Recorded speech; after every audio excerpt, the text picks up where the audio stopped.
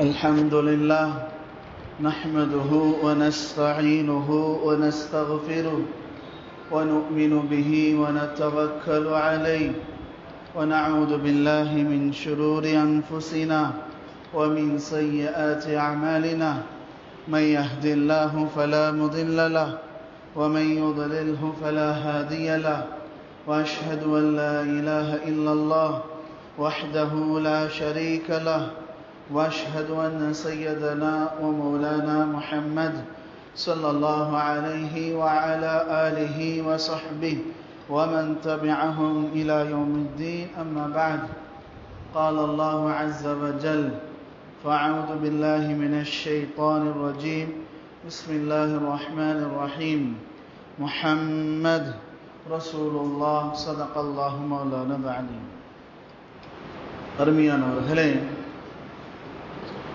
ரபியுல் அவ்வல் மாதம் என்கிற நாள் பெருமானாரை குறித்த தலையங்கத்தில் ஜும்மாவில் பேசப்படும் என்பதாக கடந்த வாரத்தில் கூட நாம் நினைவுபடுத்தி இருந்தோம். அந்த வகையில் பெருமானார் ஸல்லல்லாஹு அலைஹி வஸல்லத்துடைய அற்புதங்கள், முஅஜிசாத்துகள், அல்லாஹ்வுடைய வாழ்க்கையில் நிகழ்த்திய சில முக்கியமான, இன்னும் சொல்ல போனால் பூரிப்பு மிக்க சில காட்சிகள் என்ற அடிப்படையில் பெருமானாரோடு சார்ந்திருக்கிற சில அற்புதங்களை நினைவுபடுத்த நாம் கடமைப்பட்டு இருக்கிறோம். பாருங்க, நாயகத்தை அல்லாஹ் தஆலா முழுக்க அற்புதமாக தான் அனுப்பினான். உலகத்திலேயே பெருமானாருடைய சிறப்பை போன்று ஒரு சிறப்பு மற்றவருக்கு இல்லாததை போன்று, பெருமானாருக்கு வழங்கப்பட்ட அற்புதத்தை போன்று உலகத்தில் எந்த நபிக்கும் வழங்கப்படலை. நாயகம் பிறப்பதற்கு முன்னாலும் அற்புதங்களால் சிறப்பிக்கப்பட்டாங்க. பிறந்த நேரத்தில் நிறைய அற்புதங்கள் நடந்தது. பெருமானாருடைய இறப்பு வரை நீங்க பார்த்தீங்கன்னா ஒவ்வொரு நிகழ்வுகளிலுமே அல்லாஹ் பல முஅஜிசாத்துகள், அற்புதங்களை அல்லாஹ் இந்த சமுதாயத்துக்கு வெளிப்படுத்தி கொண்டே தான் இருந்தான். இதுதான் நீங்க பார்க்கலாம், நபியுடைய ஆரம்ப பருவம், குழந்தை பருவம், அன்னை ஆமீனா பெற்று எடுத்த கொஞ்ச நாளிலேயே பால் ஊட்டுவதற்காண்டி ஹலீமத்து சாதியாட்ட கொடுத்துட்டாங்க. அரபுகள்கிட்ட ஒரு வழக்கம், குழந்தைகளை கிராமத்துக்கு அனுப்பிடுவாங்க. ஏன்னா அங்கே காற்று சுத்தமானதாக இருக்கும், அவர்களுக்கு சுரக்கிற அந்த பாலும் என்பது ஆரோக்கியமாக இருக்கும். எனவே குழந்தைகளை கிராமங்களுக்கு அனுப்புவாங்க. மக்கா நகரத்துக்கு வந்து யாரெல்லாம் நிறைய காசு கொடுக்குறாங்களோ அந்த குழந்தைகளை பால் ஊட்டக்கூடிய தாய்மார்கள் வாங்கிட்டு போயிட்டாங்க. இப்போ மீதி இருப்பது பெருமானார் மட்டும்தான். ஆனால் பெரிய ஊதியெல்லாம் தரப்படாது. அந்த நேரத்தில் வேறு வழியே இல்லை, இந்த குழந்தை எடுத்துக்கலாங்கிற நிலைப்பாட்டில் தான் ஹலீமத்து சாதியா அண்ணே அவங்க அந்த பெருமானாரை வாங்கிட்டு போகிறாங்க. ஆச்சரியம் என்ன நடந்துச்சு, நீண்ட சம்பவம். வரும்போது அவங்க பயணித்த வாகனத்திலிருந்து அவர்களுடைய உடல் முதல் கொண்டு எல்லாம் நளினமாக தான் இருந்துச்சு. பெருமானாரை தங்களுடைய கையில் எப்போ எடுத்தாங்களோ அதற்கு பிறகு அவருடைய மார்பகத்தில் அல்லாஹ் பால் சுரக்க ஆரம்பித்துட்டான். அவர்கள் பயணித்து வந்த வாகனம் எல்லா வாகனத்தை விட வேகமாக போக ஆரம்பிச்சிருச்சு. ஹலீமத்து சாதியா பெருமானாரை வீட்டில் கொண்டு போய் படுக்க வைக்கிறாங்க. அவங்களுடைய வீட்டை சுற்றி பசுமைகளாக்கப்படுது. எல்லா பிராணிகளுடைய மடுக்களிலும் அல்லாஹ் பாலை சுரக்கிறான். அந்த குடும்பம், அந்த நகரமே பரக்கத்தை பெற்றது. நான் சொல்ல வருவது, நபியுடைய ஆரம்ப பருவம், இந்த குழந்தை பருவம் அல்லாஹ் உலகத்துக்கு காண்பிக்கிற அந்த நபி அற்புதம் நிறைந்த நபி. நபியுடைய முஅஜிசா என்பது யூகிக்க முடியாது. ஒவ்வொரு நகர்வுகளிலும் அல்லாஹ் பல அற்புதங்கள் வெளிப்படுத்துறான். அதுதான் ஹலீமத்து சாதியாவுடைய குடும்பமும் அனுபவித்தது. இப்படி நம்ம பார்த்தோம்னா நாயகத்தினுடைய எல்லா அசைவுகளுமே முஅஜிசா தான், அற்புதங்கள் தான். அல்லாஹ் தஆலா நபிமார்களை அனுப்பும் போது அவர்களுக்கு ஒரு உறுதுணையாக முஅஜிசாக்களை கொடுப்பான், அற்புதங்களை கொடுப்பான். இவர் நபி தான் அப்படிங்கிறதுக்கு சில அத்தாட்சிகளை கொடுப்பான். இப்ராஹிம் அலைஹிஸ்ஸலாம் நெருப்பு கரிக்கணும், எரிக்கணும், ஆனால் நபியை எரிக்கல. இப்ராஹிம் அலைஹிஸ்ஸலாம் அவருடைய தூக்கி போடப்பட்டுச்சு. நெருப்புக்கான வேலை என்ன, கரிக்கணும். ஆனால் இப்ராஹிம் அலைஹிஸ்ஸலாம் கரிக்கப்படலை. நீர் என்னங்க செய்யணும், ஒரு பொருளை தூக்கி போட்டால் மூழ்கடிக்கணும், உள்வாங்கணும். மூசா அலைஹிஸ்ஸலாம் தடியில் அடிக்கிறாங்க, ஓடுகிற நீர் அப்படி தடைப்பட்டு நிற்குது, பாதை அமர்ந்து அந்த வழியாக போகிறாங்க. இதெல்லாம் முஅஜிசா. ஒவ்வொரு நபிக்கும் ஒரு அற்புதம். உலகத்தில் யூகிக்க முடியாத காட்சிகள் நிகழ்வதற்கு அற்புதம்னு சொல்லுவாங்க. அப்படிப்பட்ட அர்த்தம் உண்டு. ஒவ்வொரு நபிக்கும் அற்புதங்களை கொடுத்தான். ஆனால் பெருமானாருக்கு வழங்கப்பட்ட அற்புதம் என்பது எல்லா நபிமாருடைய அற்புதங்களுடைய எண்ணிக்கை விட அதிகம். அதை விட இன்னொரு வார்த்தை என்னன்னா, எல்லா நபிமார்களுக்கு வழங்கப்பட்ட அற்புதத்தை விட நாயகத்துடைய அற்புதம் உயர்வானது. நாயகத்துக்கு வழங்கப்பட்ட முஅஜிசாத்துகள் அற்புதங்கள் ரொம்ப உயர்வானது. இங்க வரலாற்றில் நீங்க படித்து பார்த்தீங்கன்னா அவ்வளோ ரம்மியமான காட்சிகள் நாயகத்துடைய முஅஜிசாக்கள் கிதாபில் எழுதியிருக்கிறாங்க. 1 2 அல்ல, 300 500 சொல்லி கணக்கு வைத்து கிதாபில் எழுதியிருக்கிறாங்க. இத்தனை அற்புதங்களை நாயகத்துடைய வாழ்க்கையில் அல்லாஹ் நிகழ்த்தினான்.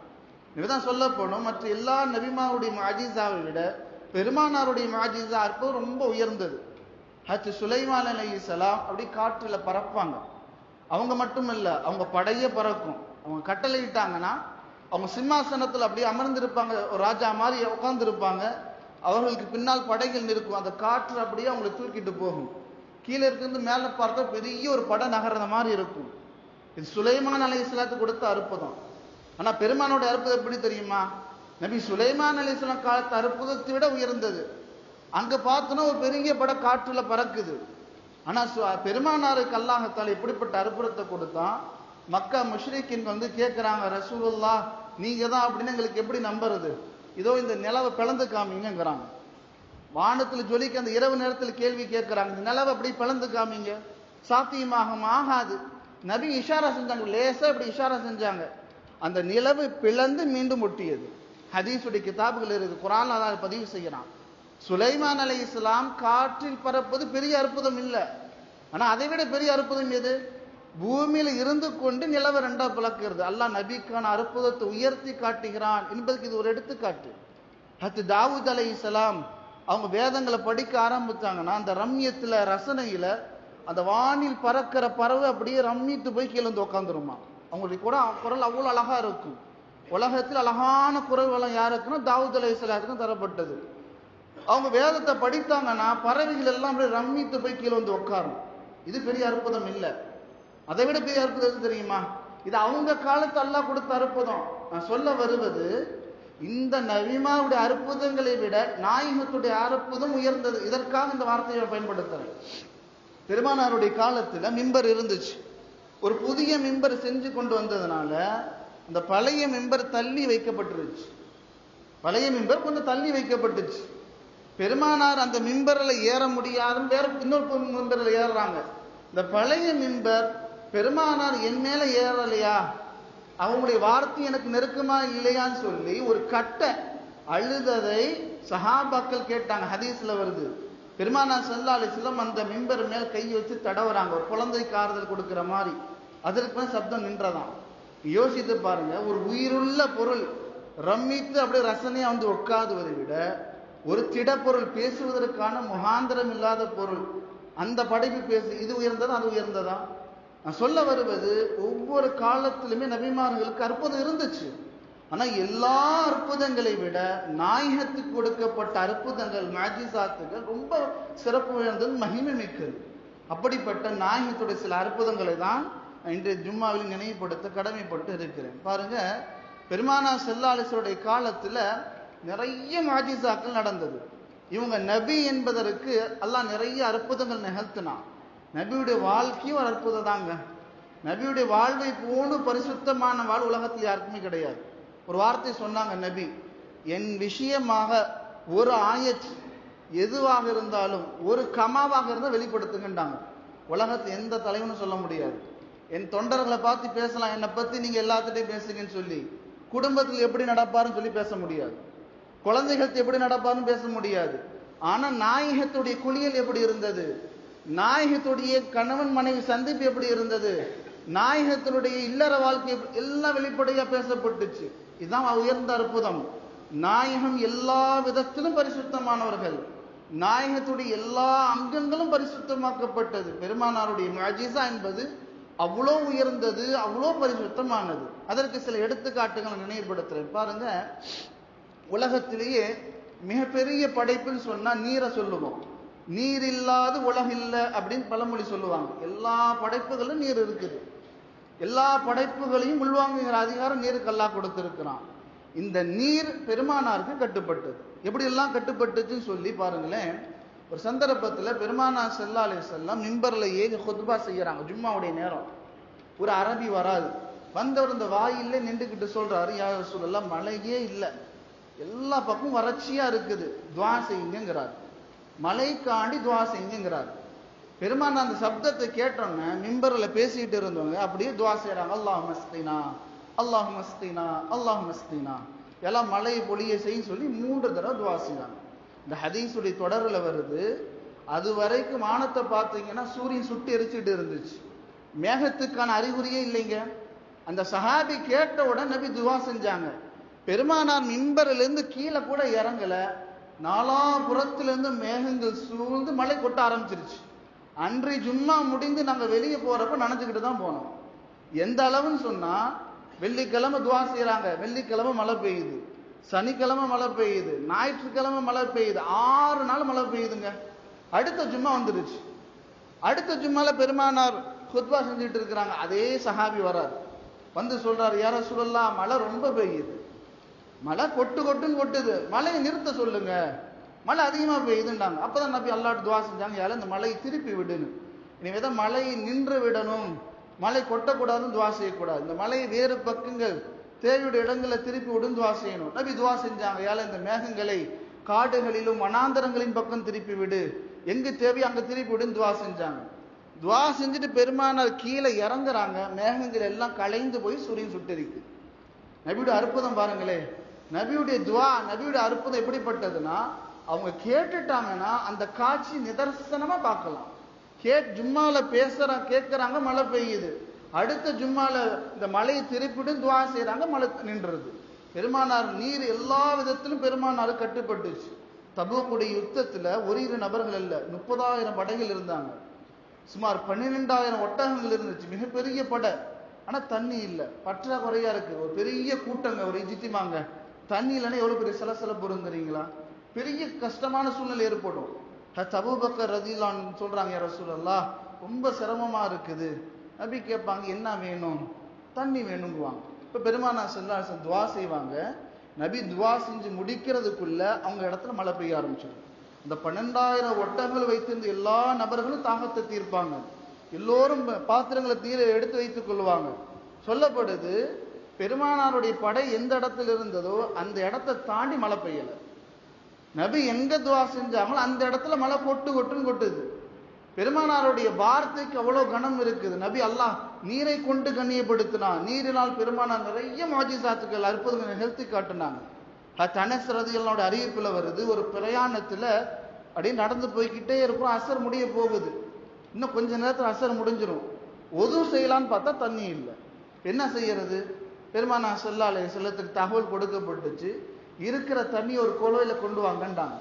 ஒரு குவளையில தண்ணி கொண்டு வரப்பட்டுச்சு. பெருமானார் ஸல்லல்லாஹு அலைஹி வஸல்லம் முபாரக்கான அந்த விரல்களை அந்த தண்ணீரை நனைத்தாங்க. விரல்களுடைய நுனிகளிலிருந்து அல்லாஹ் தண்ணீரை பீரிட்டு அடிச்சான். எல்லாம் கேட்பதற்கு ஏதோ ரம்யம் இல்லை, நடந்த நிதர்சனமான காட்சி. சஹாபாக்கள் அந்த நீரை வடிவதை பார்த்ததை பிடித்துக்கிட்டாங்க. சொல்லப்படுது 80 நபர்கிட்ட இருந்தாங்களாம், 100க்கு நெருக்கமான நபர்கள் அந்த இடத்துல இருக்கிறாங்க. எல்லோரும் உதவி செஞ்சாங்க, எல்லோரும் தாகம் தீர்ந்தாங்க, எல்லோரும் அந்த நீரை சேகரித்து வைத்தாங்க. பெருமானுடைய அற்புதம் நீரில் வெளிப்பட்டுச்சு. ஹுதைபியா உடன்படிக்கையின் போது 1400 தோழர்கள் இருந்தாங்க, ஒருத்தர் 2 பேர் இல்லை. ஆனா இருக்கிறது ஒரு கிணறு தான். அந்த கிணறை எட்டி பார்த்தா தண்ணி இல்லை, அந்த கிணறை எட்டி பார்த்தா போதுமான தண்ணி இல்லை. பெருமானார் ஸல்லல்லாஹு அலைஹி வஸல்லம் தகவல் கொடுக்கப்பட்டுச்சு. நபி அந்த கிணத்துக்கு அருகாமையில் வந்தாங்க. ஒரு தண்ணி இருக்கிற தண்ணியை கொஞ்சம் கொண்டு வர சொன்னாங்க. அதை முபாரக்கான கையில் எடுத்து வாயிலை நனைத்து துப்பினாங்க. நபியுடைய துஆ, நபியுடைய எச்சில நறுமணம் தான், அதுல பெரிய பரக்கத்தெல்லாம் வச்சிருக்கிறான், ஷிஃபா வச்சிருக்கிறான். நபி ஸல்லல்லாஹு அலைஹி வஸல்லம் நீரை எடுத்து இப்படி வாயில் நுகர்ந்து அந்த எச்சில துப்பினாங்க. பெருமானுடைய முபாரக்கான அந்த லுஹாபுல கலந்த அந்த கிணற்றானது பீரிட்டு வெளியேற ஆரம்பிச்சிருச்சு. 1400 சஹாபாக்களும் அந்த நீரை பருகினாங்க. தங்களுடைய ஒட்டகங்களுக்கு நீரை புகட்டினாங்க. ஒரு ஒட்டகம் என்பது 900 லிட்டர் தண்ணி குடிக்குங்களாம். எல்லா ஒட்டகங்களும் நீர் புகட்டப்பட்டது, எல்லோரும் அந்த தண்ணீரை சேகரித்து வைத்தாங்க. நான் சொல்ல வருவது, நீரில் அல்லாஹ் நிறைய அற்புதங்கள் நிகழ்த்தினான். எனவேதான் பெருமானாருடைய வார்த்தை கூட அற்புதம் சொல்லுவாங்க. பெருமானார் சில காட்சிகளை காமிப்பதல்ல, அவங்க ஒரு வார்த்தை சொன்னாங்கன்னு வைங்களே, அதுவே அற்புதம் தான். நபியுடைய முபாரக்கான உதட்டிலிருந்து வெளிப்பட்ட வார்த்தையில் கனம் இருக்குது, நல்லா வழங்கிக்குங்க. நபியுடைய உதட்டிலிருந்து வெளிப்பட்ட வார்த்தையில் மிகப்பெரிய கனம் இருக்குது. அந்த வார்த்தை உடனே நடக்கும், அதனுடைய பரக்கத் அதிகமா இருக்கும். நபியுடைய வார்த்தைக்கு 3 மாஜிசா. ஒன்று, அந்த வார்த்தை கனமானது, அந்த வார்த்தை உடனே நடக்கும், அந்த வார்த்தையினுடைய பலனும் அதிகமாக இருக்கும். பாருங்க, மூன்றுக்கும் ஒரு உதாரணம் இருக்கு பாருங்களே. பெருமானார் ஸல்லல்லாஹு அலைஹி வஸல்லத்திட்ட 10 வருஷமா அனஸ் பணி செய்யறாங்க. ஒரு சின்ன குழந்தை அனஸ் ரலியல்லாஹு அன்ஹு பணிவிடை செய்யறாங்க. இந்த 10 வருஷம் நிறைய பணிவிடை செஞ்சாங்க. ஒரு சந்தர்ப்பத்தில் பெருமானார் ஸல்லல்லாஹு அலைஹி வஸல்லம் ரொம்ப சந்தோஷப்பட்டு அனஸ் ரலியல்லாஹு அன்ஹு அவர்களுக்கு ஒரு துஆ செய்யறாங்க. என்ன துஆ? 3 விஷயங்கள் செய்யறாங்க. யா அல்லாஹ், இந்த அனஸ்ங்கிற குழந்தைக்கு செல்வத்துல பரக்கத்து செய், இந்த அனஸிற்கு அவர்களுடைய ஆயுள்ல பரக்கத் செய், இந்த அனஸிற்கு அவருடைய குழந்தைகள்ல பரக்கத் செய். 3 துஆக்கள் செஞ்சாங்க. அனஸ் ரலியல்லாஹு அன்ஹு சொல்லுவாங்க, நபியுடைய துஆ எவ்வளவு கனமானதுன்னா என் வாழ்க்கையை நான் அனுபவித்தேன். பெருமானார் துஆ செஞ்சாங்க, என்னுடைய செல்வத்துல பரக்கத்துன்னு சொல்லி. மதீனாவில் ஒரு தோட்டத்துல வருடத்தில் ஒரு முறை விளைச்சல் வரும். இதான் எல்லா தோட்டத்தினுடைய சராசரி அளவு வரும். ஆனா என்னுடைய தோட்டத்தை அல்லாஹ் வருஷம் 2 தடவை விளைச்சல் தருவான், 2 மஹசூலை தருவான். எல்லோருக்கும் 1 மடங்குன்னா எனக்கு 2 மடங்கு. நபியுடைய துஆ அவருடைய கணத்தை உணர்ந்து சொல்றாங்க. 2வது, நபி என்னுடைய ஆயுள்ல துஆ செஞ்சாங்க. மற்ற எல்லோருமே சீக்கிரம் இறந்து போனாங்க, 80, 70, 90 தடல. ஆனா நான் 100 வருடம் வரை உயிர் வாழ்ந்தாங்க. அனஸ் ரலியல்லாஹு அன்ஹு அவர்கள் 100 தன்னுடைய வயதை 100 தாண்டினாங்க. 103 சில அறிவிப்புல வருதுன்னு நினைக்கிறேன், சரியான தகவல் தெரியல. ஆக மொத்தம் 100 நெருங்கினாங்க, வயதில் பறக்க செய்யப்பட்டாங்க. அனஸ்லானுடைய காலத்துல அவங்களுடைய குழந்தைகள் எல்லாம் பறக்க செஞ்சா அவங்களுடைய ஹயாத்திலேயே வாழ்விலேயே அவர்களுக்கு பிறந்த குழந்தை, அவர்களால் பிறந்த குழந்தை பேர குழந்தைகள் சுமார் 100 தாண்டினாங்க. அனஸ்லானுடைய காலத்திலே நிறைய தன்னுடைய குழந்தைகளை இறந்து தஃபன் செஞ்சாங்க. சொல்ல வருவது, நபியுடைய வார்த்தையுடைய கணம் அவ்வளவு பெரிய முஅஜிஸா. நபி ஒரு வார்த்தை சொன்னாங்கன்னா அது உடனே நடக்கும், அது முஅஜிஸா தான். அபூ ஹுரைரா ரலியல்லாஹு அன்ஹு அவர்கள் தன்னுடைய தாய் இஸ்லாத்துக்கு வராததை பார்த்து ரொம்ப கவலைப்பட்டாங்க. எங்க அம்மா இஸ்லாத்துக்கு வரலைன்னு சொல்லி ரொம்ப கவலைப்பட்டாங்க. அவ்வளோ கெஞ்சி பார்க்குறாங்க, தாய் ஏற்கிற மாதிரி தெரியல. அழுதுகிட்டே வராங்க, பெருமானாரை பார்ப்பதற்கு அழுதுகிட்டே வராங்க. நபி ஸல்லல்லாஹு அலைஹி வஸல்லம் பார்க்குறாங்க, அபூ ஹுரைரா அழுவதை பார்க்குறாங்க. இன்றைக்குமே அடுத்தவங்க சிரமப்பட்டா ஏன் சிரமம்னு கேட்பாங்க. நல்லா விளங்கிக்கிங்க, நபியுடைய ஒரு உயர்ந்த சுன்னத்து, தனக்கு நெருக்கமானவர்கள், அது நெருக்கமில்ல யாரா இருந்தாலும் முகம் வாடி இருக்குது, அழுகிறாங்க, கவலையா இருக்கிறாங்க, என்னான்னு கேட்பாங்க. இது நபியுடைய உயர்ந்த சுன்னத். பெருமானார் கேட்டாங்க, ஏன் அழுகிறேன்னு கேட்டாங்க. அபூ ஹுரைரா ரலியல்லாஹு அன்ஹு சொன்னாங்க, யா ரசூலல்லாஹ், எங்க அம்மா இஸ்லாத்தை ஏற்க மாட்டேங்கிறாங்க, ஈமானும் இல்லாம போயிட்டாங்கன்னு எவ்வளவு பெரிய நஷ்டம், துஆ செய்யுங்க ரசூலல்லாஹ் அப்படின்னு அழுகிறாங்க. பெருமானார் ஸல்லல்லாஹு அலைஹி வஸல்லம் உடனே துஆ செய்றாங்க, யா அல்லாஹ், அபூ ஹுரைராவுடைய தாய்க்கு இஸ்லாத்துடைய பாக்கியத்தை கொடுங்கறாங்க. இந்த வார்த்தையுடைய கணம் அபூ ஹுரைராவுக்கு தெரியும். இதை கேட்டு ரொம்ப சந்தோஷப்பட்டவங்க மகிழ்ச்சியில் அழுதுகிட்டே வீட்டுக்கு போறாங்க. நபி துஆ செஞ்சுட்டாங்க, நபி துஆ வீட்டுக்கு போறாங்க. வீட்டு கதவை தட்டினா கதவை திறக்க மாட்டேங்கிறாங்க. உள்ள தாய் குளிக்கிற சவுண்டு கேட்குது. தாய் உள்ள இருந்தே பதில் கொடுக்குறாங்க, அபூ ஹுரைரா கொஞ்ச நேரம் வெயிட் பண்ணுப்பா, திறக்கிறேன்னு. அவங்க குளித்து முடித்து சிறந்த ஆடைகள்லாம் அணிந்து கொண்டு பிறகு கதவு திறக்கிறாங்க. கதவு திறக்கும் போதே சொல்றாங்க, அபூ ஹுரைரா, நான் இஸ்லாத்துக்கு வந்துட்டேன், அபூ ஹுரைரா நான் இஸ்லாத்தின் பெருமானாரை ஏற்றுக்கொள்றேன்னு சொல்லி போகும்போது அழுதுட்டு போனாங்க. இப்ப திரும்பி நபி சந்திக்க வராங்க, சந்தோஷத்தை அழுதுகிட்டே வராங்க, யா ரசூலல்லாஹ், என் தாய் இஸ்லாத்தை ஏத்துட்டாங்க. நான் சொல்றேன் பாருங்க, இந்த வார்த்தை நபி வார்த்தை வெளிப்பட்டாங்கன்னா உடனே நடக்கும், இது முஅஜிஸா. அதே போன்று நபி ஒரு வார்த்தை சொன்னாங்கன்னா அதனுடைய பரக்கத்து அதிகமா இருக்கும், அதனுடைய பரக்கத்து ரொம்ப விசாலமானது. வரலாற்றில் நீங்க பார்க்கலாம், அபூ தல்ஹா உம்மு சுலைம்னு சொல்லி ஒரு தம்பதி இருந்தாங்க. அவங்களுக்கு ஒரு குழந்தைக்காண்டி நபி துஆ செய்றாங்க, எல்லாம் உங்களுக்கு ஒரு குழந்தை கொடுன்னு சொல்லி. பெருமானுடைய துஆவினுடைய பரக்கத்தால் ஒரு குழந்தை பிறக்குது. அந்த குழந்தைக்கு அப்துல்லான்னு பேரும் வைக்கப்படுது. அல்லாஹ் அந்த குழந்தைக்கு எவ்வளவு பெரிய பரக்கத்தை கொடுத்தானா, அந்த அப்துல்லாங்கிற குழந்தைக்கு 9 குழந்தைகள் பிறந்தாங்க. இந்த 9 குழந்தைகளும் அல்லாஹ் ஹாஃபில் ஆக்குனான். 9 குழந்தைகளும் குர்ஆன் மனனம் செஞ்சாங்க. இதுதான் பரக்கத்துடைய விசாலம். நபியுடைய வார்த்தை அதனுடைய கனம் ஆழமானது, அது உடனே நடக்கும், அவருடைய பரக்கத்து விசாலமானது. எனவேதான் சொல்லுவார்கள், நாயகம் அற்புதத்தால் வர்ணிக்கப்பட்ட நபி, பெருமானார் முஅஜிஸாத்தால் ரம்யம் செய்யப்பட்ட நபி. நபியுடைய எல்லா அசைவுகளும் அற்புதம் தான். எனவேதான் பெருமானார் மீதான இஷ்க், காதல் என்பது அது அற்புதத்தால் உள்ளங்கள் எல்லாம் நினைக்கப்பட வேண்டும் என்பதாக நம்முடைய பெரியார் நினைவுபடுத்துவாங்க. பெருமானுடைய முஅஜிஸா அவ்வளோ ரசனையாக வலிவுட்டதாக இருக்குது. பெருமானாருக்கு வழங்கப்பட்ட அற்புதங்கள் உயர்ந்த அற்புதங்கள் சொல்லுங்க. பெருமானாருக்கு வழங்கப்பட்ட அற்புதங்கள் உயர்ந்த அற்புதங்கள். எனவேதான் அந்த அற்புதத்துடைய பலன் அல்லாஹ் எல்லாத்துக்கும் கொடுத்திருக்கிறான். அது என்ன அற்புதம் தெரியுங்களா? குர்ஆன். குர்ஆனை விட உயர்ந்த அற்புதம் கிடையாது. பெருமானாருக்கு கொடுக்கப்பட்ட இந்த குர்ஆன் என்பது எல்லா மனிதர்களுக்கான அற்புதமா அல்லாஹ் ஆக்கணும். எப்படிங்க அப்புறம் அற்புதமாக ஆக்கும்? ஒரு வரலாற்றை நினைவுபடுத்தி சொல்றேன் பாருங்களேன். நீங்க குரானை கட்டி பிடிச்சிட்டீங்க, குரானோடு நெருக்கமாகிக்கிட்டீங்கன்னா உங்களுக்கு கண்ணுக்கு முன்னாடியே உங்களை சுற்றி நடக்கிற கெடுதிகள் உங்களை விட்டு தூரமாத வரை பார்ப்பீங்க. ஒருத்தட்ட காசு இருக்கிறது பெரிய விஷயம் இல்லைங்க, அந்த காசு பாதுகாப்பா இருக்கிறதா பெரிய விஷயம். ஒருத்தர் வாழ்றாரு அது பெரிய விஷயம் இல்லை, ஆனா ஆரோக்கியமா வாழ்றாருன்னா அது பெரிய விஷயம். ஒருத்தர் நிக்கா செய்யறாரு பெரிய விஷயம் இல்லை, ஆனா அந்த நிக்காவா நிம்மதியா வாழ்றாருன்னா அது பெரிய விஷயம். குரான் சொல்லுது உங்களிடம் எதெல்லாம் இருக்குமோ அதெல்லாம் கண்ணியமா இருக்கணும். இந்த குரான் உங்கள்கிட்ட இருக்கணும். நீங்க குரானை பற்றி பிடித்தீங்கன்னா குரானுடைய முஅஜிஸாவை நீங்க வாழ்க்கையில பார்ப்பீங்க. இதுவும் நபிக்கு அல்லாஹ் கொடுத்த முஅஜிஸா தான். பெருமானார் ஸல்லல்லாஹு அலைஹி வஸல்லம் ஹிஜ்ரத்துக்காக வேண்டி மக்காவிலிருந்து மதீனாவுக்கு போகிறாங்க. ஆனா போகிற சூழ்நிலை எப்படிப்பட்டது தெரியுமா? நபி கதவு திறந்தாங்கன்னா வெளியே எதிரிகள் நிக்கிறாங்க. அபூ ஜஹல் எல்லாம் நிக்கிறான். ஏன் நிக்கிறான்? பெருமானாரை கொலை செய்யணும்னு சொல்லி நிக்கிறான். இப்ப பெருமானார் ஸல்லல்லாஹு அலைஹி வஸல்லம் கதவை திறக்கிறாங்க. கதவை திறந்தப்ப சூரத்து யாசினோட ஒரு ஆயத்தை ஓதுறாங்க. அந்த ஆயத்தை ஓதி தன் கீழே இருக்க மண் எடுத்து இப்படி வீசி எறிகிறாங்க. பாருங்க, பெருமானார் ஸல்லல்லாஹு அலைஹி வஸல்லம் நடந்து போகிறாங்க. அவங்க கண்ணுக்கு முன்னாடி போகிறாங்க. நபி போறாங்கன்னு தெரியல. நபி அந்த பாதை கடந்து போயிட்டாங்க. காலையில விடிந்த பிறகு அந்த பாதை வழியா போற ஒருத்தர் கேட்கிறாரு, ஏப்பா இங்க நிக்கிற? அப்ப சொல்றாங்க, உள்ள முஹம்மது நிக்கிறா, அவருக்காண்டி நாங்க எதிர்பார்த்துருக்கிறோம். அப்ப அவரு சொல்றாரு, முஹம்மது எப்பவும் அங்கிட்டு போயிட்டாரு, அது எப்போ அங்க உங்க தலையில என்ன மண்ணா இருக்க, தட்டி விடுங்கன்னு சொல்லிட்டு போனாராம். இந்த காட்சி நமக்கு எதை வர்ணிக்குதுன்னா, குரானுடைய வசனம் என்பது நம் கண்ணுக்கு முன்னாடி பாதுகாப்பு தரதை பார்ப்போம்.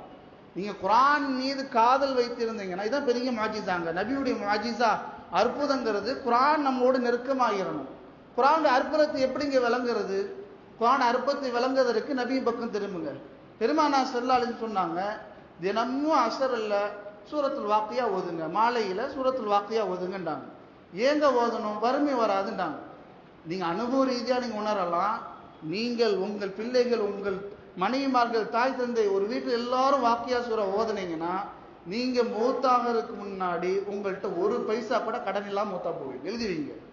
கடனை விட்டு பாதுகாக்கும் சூரத்துல் வாக்கியா, மருத்துவ செலவினங்களை விட்டு பாதுகாக்கும் சூரத்துல் வாக்கியா, திடீர் விபரீத செலவுகள் இருந்து பாதுகாக்கும் சூரத்துல் வாக்கியா. இதான் குர்ஆனுடைய முஅஜிஸா.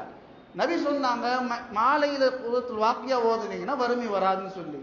வறுமை வராது என்பது குர்ஆனுடைய முஅஜிஸா. இரவு படுக்க போறீங்களா, தபாரக் ஓதிட்டு படுங்க. படுத்தீங்கன்னா கபருல் வேதனை செய்யப்படாதுன்னாங்க. ஹதீஸ்ல வருது, தினமும் யார் தபாரக்கலி சூரா ஓதுறாரோ இவருடைய ஜனாசா கபருல வைத்த பிறகு அந்த வேதனை தடுக்கக்கூடிய முகாந்திரமாக இந்த சூரா முன்னாடி வந்து நின்றும். இதான் குர்ஆனுடைய முஅஜிஸா. குர்ஆனுடைய முஅஜிஸா என்பது பார்ப்பது கேட்பதில் மட்டுமல்ல, அது அனுபவ ரீதியாக உணர்வது அல்லாஹ் வைத்திருக்கிறான்.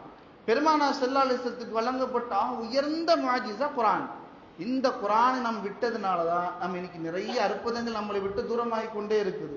குர்ஆனை பற்றி பிடிங்க. இதான் பெருமானாருடைய பெரிய முஅஜிஸா. அந்த முஅஜிஸா நம்ம வாழ்க்கை முழுவதும் அனுபவிப்போம். நம்முடைய பெரியார்கள் சொல்லுவாங்க, பெருமானாருடைய முஅஜிஸாவுடைய பரக்கத்தை அவருடைய சமூகத்தை அனுபவிக்கிற மாதிரி தான் அல்லாஹ் வச்சிருக்கிறான். நபி ஸல்லல்லாஹு அலைஹி வஸல்லம் காலத்துல பெருமானார் என்னென்ன அற்புதங்கள் எல்லாம் நிகழ்த்தினாங்களோ அதனுடைய பரக்கத்தை அந்த காலத்துல மட்டுமல்ல, அவருடைய சமூகம் கியாமத் அழிகிற வரை அவருடைய உம்மத் அனுபவிக்கிற மாதிரி தான் வச்சிருக்கிறான். எப்படிங்க ஆனது? அதான் இந்த குர்ஆன். குர்ஆனோடு நெருக்கம் என்பது நாம் யூகிக்க முடியாத சிக்கல்களுக்கு, நாம் மற்றோடு பகிர்ந்து கொள்ள முடியாத கவலைகளுக்கு, யாராலும் முடியாதுன்னு சொல்லி கைவிரிக்கப்பட்ட நிலைமைகளுக்கு அல்லாஹ் அற்புதமாக அந்த குர்ஆன் வச்சிருக்கிறான். அந்த குர்ஆனின் பக்கம் திரும்புங்க. பெருமானாருடைய வரலாறு தான் நினைவுபடுத்துது. பெருமானார் ஸல்லல்லாஹு